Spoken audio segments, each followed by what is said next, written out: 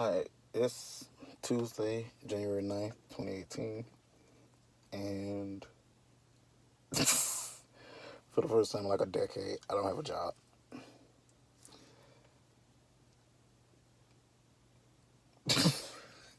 I am unemployed. Yeah.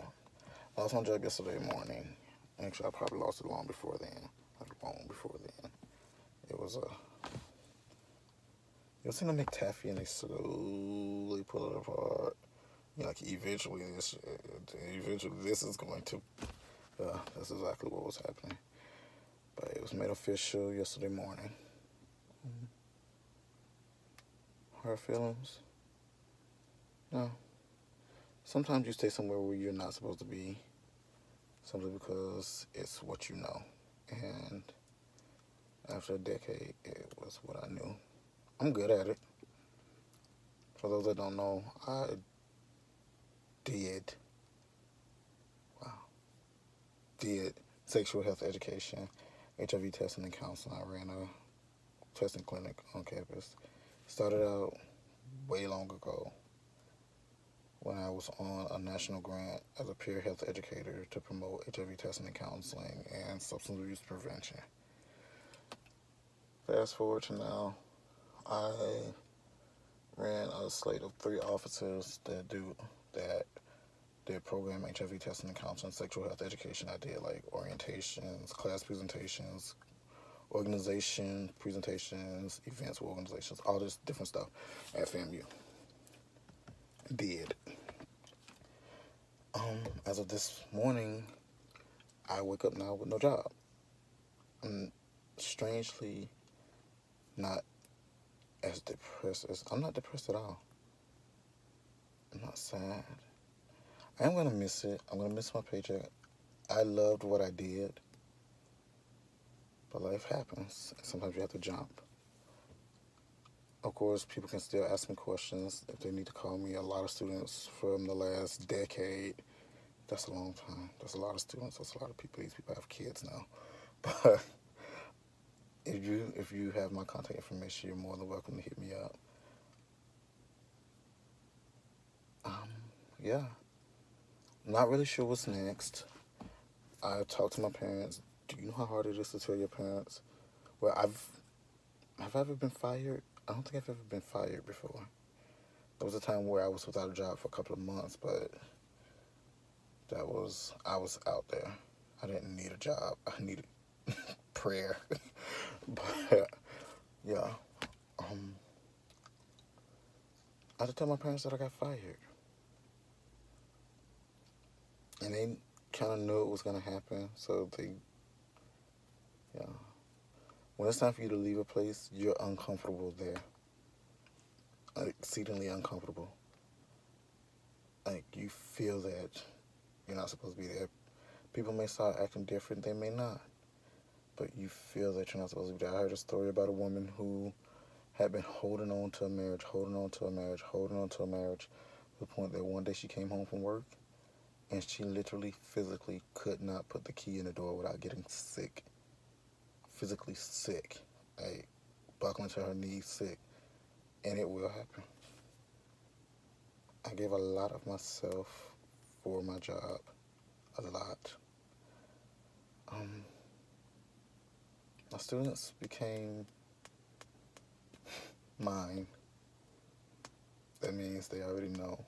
I told them after the first time, you're no longer a guest in my office. You're not like like people tell you you're not a guest in my house no more. You've been here too many times. After the first, maybe second time, depending on how nervous you are, how dire your situation that we meet is.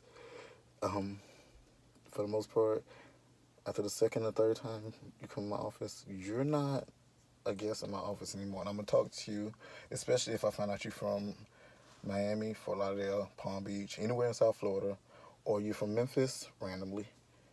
I'm gonna talk to you like we at the crib, like we at the house, or if you West Indian, Caribbean, whichever you would like to say.